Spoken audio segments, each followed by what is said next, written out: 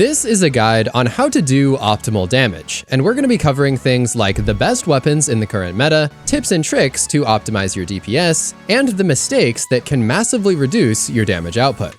Jumping right in, there are a bunch of different things to consider when selecting your loadout and damage strategy for any given boss, and perhaps the most important factor is the type of boss that you're fighting. For example, if this is a boss with a huge crit spot, it might be a situation where precision weapons are significantly more viable. There are many other factors though, like how many people are in your fire team, how mobile or evasive the boss tends to be, activity or artifact modifiers that could impact your performance, and the overall fire team composition. For most encounters, the most popular heavy weapon types for damage cycles tend to be rockets, swords, linear fusions, and grenade launchers. In the following sections, I'll be going through each of these weapon types to cover the best individual weapons, the best damage strategies, and why you should be looking for certain perks in order to get the best possible results. We're going to be starting with swords and the insane things that they can do nowadays, but first, this video is sponsored by Raycon and their new and improved everyday earbuds. If you haven't tried out these earbuds yet, you'll be blown away by all the features like active noise canceling, awareness mode, weatherproofing, multi-point connectivity, and the overall ergonomic design that fits into the widest possible range of ear types. The previous model of the everyday earbuds sold over 3 million units, so it's safe to say that this is an extremely popular and fan favorite design. They also weren't lying when they named these the everyday earbuds. They really can be used for everything. I personally like to use them when walking because they fit really well and they're weatherproof and sweat resistant. I'm also planning to bring these along the next time I travel because I can choose to listen to my surroundings or not thanks to the awareness mode that I can turn on and off. And finally, when I'm just at home, they're great for listening to music or watching YouTube, and I love that they have really great sound quality and an impressive 8 hours of battery life. In addition to all of that, I find that they're very comfortable and do not fall out, so that really means that they check all of the boxes for being great earbuds. Click the link in the description down below or go to buyraycon.com/shadowdestiny to get 15% off your Raycon purchase plus free shipping. Getting Raycons will help support my channel, so please consider checking them out, and I hope you love your new pair of earbuds. Swords are competitive with the highest dealing damage options in the game, and they also have the best ammo economy, making them a great choice if the encounter design allows them to be used. Some bosses are flying or deal huge damage if you get close by, so swords are definitely not viable in every single situation. For bosses that do permit sword usage though, they can be very strong, and they also received a buff in the final shape allowing them to deal 7% more damage. Swords became even more relevant thanks to the introduction of Ergo Sum, the first ever special ammo sword. Now in many ways, the Ergo Sum isn't really just one sword. This exotic can roll with either solar, arc, or void damage, along with one of the 5 different frames, including aggressive, lightweight, caster, vortex, and the new wave frame, allowing you to play very differently depending on which type you have. That's not all though. It can also roll with one of 8 different exotic perks that are based on other exotic weapons, allowing for some incredibly unique combinations. One in particular that really stands out is Wolfpack rounds. And yes, the same Wolfpack rounds that make pairing Gjallarhorn so important for rockets is also able to synergize with swords. So whenever a player with this sword uses a powered heavy attack, it will also give Wolfpack rounds to the swords of all nearby allies, allowing them to deal even more damage. Unlike Gjallarhorn, however, this resides in the energy slot, meaning that the user can also have their heavy sword equipped to get even more damage, and it will also get Wolfpack rounds. This means that they can use a powered attack with their Ergo Sum and then switch over to their heavy sword to deal optimal damage. The only thing is you need to make sure to go back to your Ergo Sum to reactivate the Wolfpack rounds and then repeat the cycle. Wolfpack is pretty awesome for team scenarios, but the best possible damage when you're running solo would be the perfect 5th and the caster frame. This will add delayed solar explosives just for using your sword normally, drastically increasing your DPS. This will, however, get pretty messed up if you have multiple people scorching the boss at the same time. So as I mentioned, this is really best for when you're running solo. Legendary swords are also very good as well. Falling Guillotine from Onslaught, the Slammer from Nightfalls, Bequest from Deepstone Crypt, Summon Bottom from the Salvation's Edge, and the Throne Cleaver are all popular choices for outgoing damage.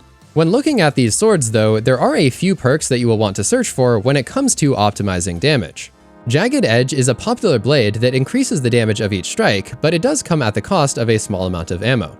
Thankfully, this can be offset by the perk Relentless Strike, where you get 1 ammo for every 3 powered melee hits within about 2 seconds.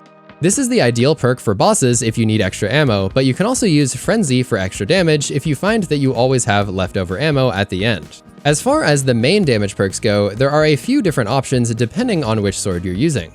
If you're using Bequest, you'll definitely want to go for Surrounded, as it gives you a huge buff when 3 enemies are nearby, and at 35%, this is the largest buff that a sword can get. It is, however, extremely situational, and I would say it's very difficult to trigger unless you're fighting against Crota. The Salvation's Edge Wave Frame Sword can get the raid-exclusive perk called Chaos Reshaped, which ramps up to the same 35% damage buff after being in combat for about 24 seconds. Similar to other weapon types, you can also get Bait and Switch on many swords, which gives you a large 30% damage buff with just a little bit of setup, but you do have to make sure that you're reactivating it throughout the damage phase. If you want to just turn your brain off though, Whirlwind Blade is a great choice on Falling Guillotine. This gives you a small buff for every strike with a weapon, and you can stack it up to 10 times for a total of 30%. This does take some time to ramp up though, so usually Bait and Switch is the better choice.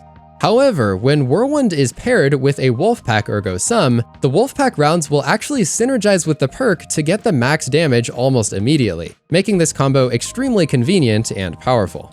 This part brings me to an important point when it comes to how you should actually be using your swords like Falling Guillotine. Many Guardians make the mistake of regularly using their heavy attack whenever it is fully charged. This does do a fair bit of damage, but it can also cause you to run out of ammo before the damage cycle is even over. Therefore, light attacks are usually the best way to go, and while you technically might do a tiny bit less damage overall, the difference is almost imperceivable. If you are using a sword like Lament though, you will want to continue using the combinations. The best combination is the following. Step 1 is to rev up your sword, and then do 2 light attacks and a heavy attack.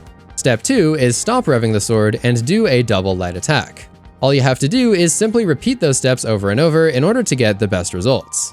Also, don't forget to make use of the Lucent Blade mod on your chest in order to make the sword energy recharge more quickly if you will be using your heavy attack during a damage cycle. As a reminder, I'm giving away 10,000 silver to random subscribers when we reach 100k on this channel, so feel free to subscribe if you would like to be entered. Rockets tend to be a very popular choice for larger bosses who are relatively far away and also relatively stationary. Since rockets also have a limited inventory, they are best used for short to medium length damage phases. The important thing to consider here is that any legendary rocket launcher can be greatly improved when one fireteam member is using the Gjallarhorn. The Gjallarhorn user will give Wolfpack rounds to everyone with legendary rocket launchers, and these create small clusters that significantly increase the damage of each rocket. Gjallarhorn itself doesn't actually do that much damage compared to legendary rockets, so it is technically suboptimal to have more than one person using it at the same time. Rockets on their own are relatively straightforward to use, but there are a few perks that can kind of complicate things, but also massively improve your outgoing damage. First off, you will want to look for perks that allow you to fire rockets more efficiently, and then also bonus damage perks as well. Rockets have some of the slowest reload speeds in the game, and this is a huge problem that can severely cap their DPS, but there are several perks that can help you solve this issue. For example, the perk Autoloading Holster will automatically reload your rocket when it is stowed. This means that you can effectively swap back and forth between a rocket and another high damage option in order to never reload your rocket and thus optimize your damage. In the current meta, some good options for this are Izanagi's Burden, Witherhoard, Cloudstrike, Still Hunt, or basically any other high damage shotgun, fusion, or sniper rifle. After a while of having your rocket stowed, you will hear the audio cue that indicates it has been reloaded, so then you can swap back over to it, fire off a shot, and then continue rotating as normal. As you can see, this is quite a useful perk, but an even better version of it is called Reconstruction. Similarly, this perk will reload your rockets over time, but if you wait long enough, it will actually load an extra rocket into the magazine. This will allow you to fire off 2 rockets before you reload, and thus substantially increase your burst damage. There are some other perks that are quite good, and while they don't automatically reload, they can still overflow the magazine. Envious Assassin is a popular perk, especially on the Cold Comfort rocket launcher. This perk works similar to Reconstruction, but it can actually give you a 3rd rocket instead of just 2. All you have to do is get a kill with another weapon, swap to Cold Comfort, and now there will be 2 rockets. Put it away again, get another kill, and then swap back, and now you will have 3 rockets in the mag. For other weapon types, this perk isn't quite the same because it does require you to get more kills to get the maximum benefit. Thankfully for rocket launchers though, just a single primary final blow for each swap will do the trick. What makes Cold Comfort extra strong is actually the weapon's origin trait. This perk will do an immediate reload of the weapon that will proc once the magazine has been emptied. In order to ready this reload, all you need to do is revive an ally or get a finisher final blow on an enemy. This means that with this rocket, you can use Envious Assassin to get 3 shots, but then this perk will give you a 4th shot before you have to ever manually reload. This can allow for some absolutely insane burst damage against any boss. Clown Cartridge is also found in this slot, and it can give you a 2nd rocket upon each manual reload, but obviously this is not quite as strong. Demolitionist can also be an okay option if you have a grenade spam build, because using a grenade will reload the rocket. Slide Shot does a similar thing by sliding, but it is very dangerous to do this around teammates. I would caution you to stay away from the bipod perk, even though it may immediately seem attractive based on the magazine size increase and the extra rockets in reserves. Unfortunately though, it also reduces the damage that each rocket does, and you often don't have enough time to fire the extra rockets during a damage phase. It certainly does have a use in some activities and encounters, but I wouldn't recommend it as part of a high DPS build. As far as your damage perks go, there are a few of these that you will want to keep an eye out for. Explosive Light gives you an increased 25% damage to your impact and also the explosion. This unfortunately does not help your Wolfpack rounds, but it is still a very nice damage buff. To take advantage of this perk, you need to pick up Orbs of Power, and each orb will give 1 rocket increased damage, stacking up to 6 times. Vorpal Weapon gives you an increased damage buff of 10% against mini-bosses, bosses, and vehicles with 0 setup whatsoever, but this is pretty minimal, so I probably wouldn't recommend this as your first choice. If you want something that has literally 0 setup and you still want to be able to get the 25% damage bonus, you could go with something that has Lasting Impression. The trouble with this perk, however, is that you need to actually wait 3 seconds after the rocket hits before you actually see any explosion damage.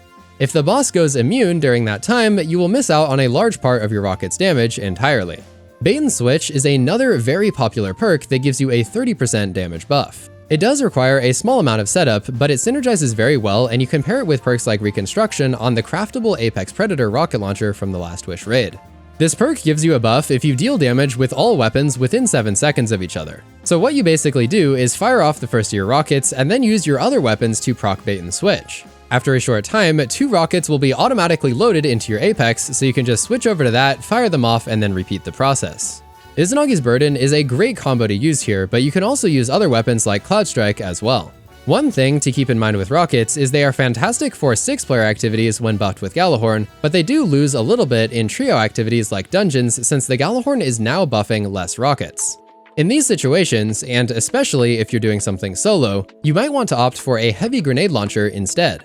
Heavy grenade launchers do a bit less damage than rockets, but they do get the benefit of having larger magazines, deeper ammo reserves, and also firing much faster. So this means that they tend to do slightly less damage per second, but they usually do more damage overall. Another bonus of grenade launchers is that you can use a couple shots to clear out adds during a damage phase, and it doesn't completely sabotage your damage rotation. 2 of the most popular grenade launchers are going to be the Cataphract GL3 from Trials of Osiris, which can be focused from Saint 14 if you have it unlocked, as well as Edge Transit, which is earnable from Onslaught. The thing with grenade launchers is they're going to want to use many of the same perks as rockets, such as Envious Assassin, Autoloading Holster, Bait and Switch, and Explosive Light. Cascade Point, however, is an interesting choice that is available on some grenade launchers, and it greatly increases your rate of fire. Probably the easiest way to proc this is just to fire off a couple quick sniper shots on your target, and then you get the increased rate of fire for 5 seconds. This perk really begins to shine though if you're able to pair it with Envious Assassin. Overall, if you're still missing a good grenade launcher, I would farm the Legend Onslaught until you receive a good roll of Edge Transit. Envious Assassin is great here, but Cascade Point would be technically better if you're able to reload with a Marksman's Dodge or when you're using the Rain of Fire exotic. Even then, doing those movements in proximity to other players is very dangerous, so you may still want to stick with Envious Assassin just to be safe. Explosive Light is okay, but keep in mind that the damage buff will only stack up to 6 shots until you need to pick up more Orbs of Power. So if you are already having to fire another weapon to trigger Cascade Point, I would recommend Bait and Switch for your damage perk. Deconstruction is an interesting perk that used to create ammo from thin air after landing multiple hits, but considering that it now pulls from reserves, it doesn't make a lot of sense to be using this role anymore. Another weapon type with deep ammo reserves would be linear fusion rifles. These are precision weapons, unlike rockets and grenade launchers, so they do particularly well on enemies with large crit spots and also when paired with Divinity. Since they also don't have travel time like rockets and grenades do, they pair particularly well with bosses that like to move around a lot, such as Ear Ute in Crota's End or the final boss in Ghost of the Deep. As far as perks go, many of the same ones from rockets and grenade launchers will also be viable here, but in addition, you should keep your eyes out for Rewind Rounds, 4th times the Charm, Precision Instrument, High Ground, and Firing Line. 4th times the Charm rewards accurate players who are able to land 4 precision shots within 3 seconds by immediately filling 2 additional rounds into the magazine. Also, quite notably, these are created out of thin air and not pulled from reserves, allowing you to do significantly more damage overall. Rewind Rounds feels similar in many ways, but it requires less precision and also is a little bit less rewarding. This perk works when your magazine is empty by immediately refilling a percentage of the shots that you have landed on the target, but this does not require precision hits unlike 4th times the Charm, and it will also pull from reserves.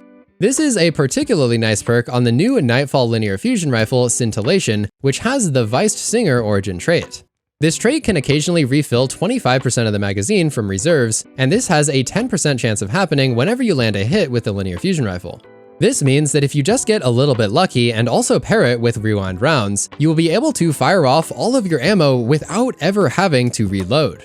Among your damage perks, Precision Instrument is one that requires accuracy but can stack a damage buff of up to 25% if you accurately land 6 precision hits on your target. This buff only lasts a couple seconds, however, so you do need to make sure that you keep landing your precision hits to keep it activated. High Ground is a perk that is pretty bad in a lot of situations, but specifically against the Witness, this can be really interesting because the boss is always considered to be below you, and therefore you basically get a free 25% damage buff without needing to do any sort of mechanics.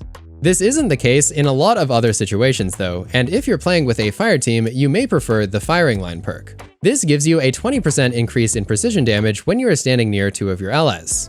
Of course, this buff is considerably smaller than some of the others we talked about like Bait and Switch, but it can be a pretty good option, especially for beginners, considering that you barely have to do anything to activate it.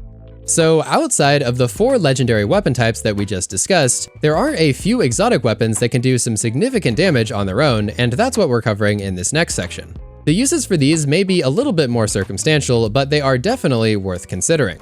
The exotic sniper rifle, Whisper of the Worm, has very deep reserves, especially now that the craftable version can get field prep. There are basically 2 main perks that are important for this weapon.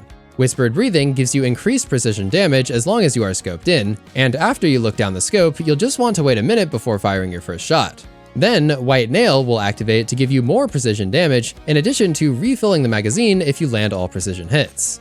This makes the weapon very good at long damage phases for a boss with a large crit spot.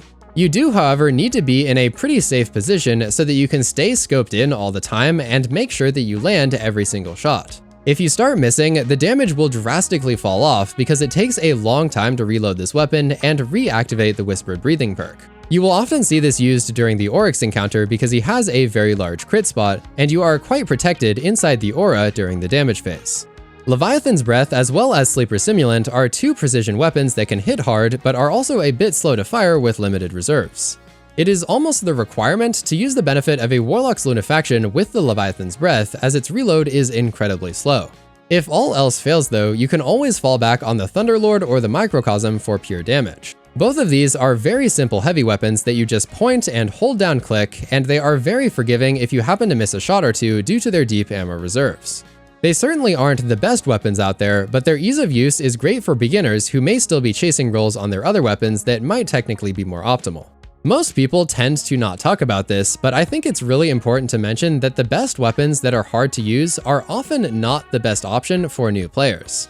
For example, if you know that you don't have the greatest aim and you're missing your shots with Whisper of the Worm, you will just do way more damage by switching to Thunderlord and holding it down, even though it does have a lower damage potential.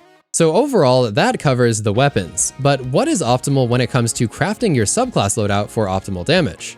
Well, you have a few choices depending on if you play Warlock, Titan, or Hunter, and all classes have both support and high damage options that should be considered. Warlocks in particular have been relegated to using the Well of Radiance in a lot of raid teams as it provides a 25% damage buff to all teammates. It used to also basically make you invincible when you stood inside it, but nowadays Well of Radiance has been nerfed and it only grants you restoration ×2, making you much more susceptible to death if you have a lot of incoming damage. It is, however, still extremely useful, and Well of Radiance now also gives you a radiant buff for 8 seconds after you leave it. This can allow you to continue to deliver high damage even if you have to move around and leave the well due to the design of any given encounter. We mentioned the Lunafaction boots recently, and depending on what your team comp is, it is often a good idea to have your Wellock use the Lunafactions. This will increase your reload speed, so it is most effective if you notice that your teammates are using a lot of weapons that require manual reloads. On the other hand though, if you notice that perhaps someone else in your fire team is using well, you might want to do a high damage option on your Warlock. You can take advantage of the exotic class item with Spirit of the Star Eater to buff the damage of your prismatic Nova Bombs, and they can deal up to 1.4 million damage as we mentioned in the exotic combinations video. Titans unfortunately are kind of struggling in the build department, especially after the release of the prismatic subclasses. This is so noticeable that Bungie has even announced that they are taking a look at Titans to see what they can do to help them out in the future. It's a little bit anticlimactic, but the best bet for Titans in today's state of the game is probably to focus on being a support role. Titans have the option to run Banner Shield, which can actually grant allies up to 40% bonus damage, but it takes them completely out of the picture entirely. If you really do want to deal damage as a Titan right now though, you can use Prismatic with the Twilight Arsenal super and Spirit of the Star Eaters on your exotic class item. For the other perk, you may want to go with Spirit of the Eternal Warrior if you're lucky enough to have it on the same mark. This is because it will buff the outgoing damage of your void weapons once you have finished with your super. Outside of this though, Titans are a great option for making use of the exotic shotgun tractor cannon, which is highly useful for bosses that are at close range. This provides your team with a 30% debuff for 10 seconds while having the added benefit of suppressing the target. This is significantly better than the 15% weaken debuff that Divinity or grenades can provide. Titans can pair this with another shotgun or a fusion rifle to do some damage before they need to reapply again with the tractor cannon. Hunters also have the ability to apply a 30% debuff using Tether, and this can be a very legitimate debuff strategy for bosses that are difficult to crit, but we can't ignore the fact that Hunters have access to Golden Gun. Clearly highlighted in the Witness boss fight in the Salvation's Edge raid, the Still Hunt exotic sniper rifle Golden Gun combo is by far the best DPS in the game. With this combo, you can use Celestial Nighthawk, and this will make it so that both your Golden Gun super and your Golden Gun sniper will have incredible damage output and efficiency. Instead of wasting time firing off a bunch of shots, it will combine all of the shots into just one single high damage blast. One thing to keep in mind with Golden Gun though is you do not want to be standing in a Well of Radiance when you're using it. This is because it is further buffed when you are Radiant, but Well of Radiance will actually remove the Radiant buff. So therefore, if you are inside of a well, just go step outside of it, which will give you the Radiant buff before firing off the Golden Gun shot. If you don't have a well for any reason, you can just use the Facet of Dawn or Ember of Torches to make sure that you're Radiant before you cast your Golden Gun. Extra talented hunters may also want to mix in the use of a rocket like Apex Predator with Reconstruction to send out 2 rockets before going into their Still Hunt rotation, and then by the time they are done with that, their rockets should be reloaded, allowing them to push out an overall insane amount of damage. There are a few other important optimizations to take note of, and these tend to revolve around armor mods. Some mods are absolutely essential in order to maximize the amount of damage you are putting out, and depending on how sweaty you want to get with it, it's often a good idea to have multiple loadouts or armor pieces, allowing you to quickly swap out certain mods. Another extremely important slot when it comes to damage is your boots. Here you can equip up to 3 weapon surge mods to get a 22% damage buff for all of your weapons that match the mod damage type. This does not work on Golden Gun, but it will work with Still Hunt or any other weapon, so be sure to make use of these mods for a very significant boost to your outgoing damage. If you do want to make use of scavenger mods for extra ammo, you may want to have an extra loadout saved so that you can quickly swap to surges for the damage phase. Be careful though, because if parts of your subclass or different weapons are saved in this loadout, it can take away your abilities or your ammo, so be sure that the only part that is different is the loadout with these mods. Speaking of ammo, the helmet has mods that help with your ammo economy. Heavy and special ammo finder mods and their related scout versions can help you generate lots of ammo for you and your teammates. Your class item also is an important slot to look at to make sure that your armor surges are properly giving you their damage bonus. The surges will only work when you have an armor charge, and it does slowly decay over time. The time dilation mods are extremely helpful as they extend the length of your armor charges, allowing your surge mods to give you the increased damage for a longer period of time. Another really powerful strategy is you can run Special Finisher for ad clear because this lets you hold your charges without them decaying. Then you can swap over to your surge for DPS. Powerful Attraction can also be nice to help you become charged more easily because it will just auto-gather all nearby orbs when you use your class ability. And there you have it. That was your summary on how to deal optimal damage to bosses in Destiny 2. This game is not only about dealing damage though, so next up, check out this video covering the exotic synergies that will completely change how you play the game forever. And trust me, some of these will blow your mind.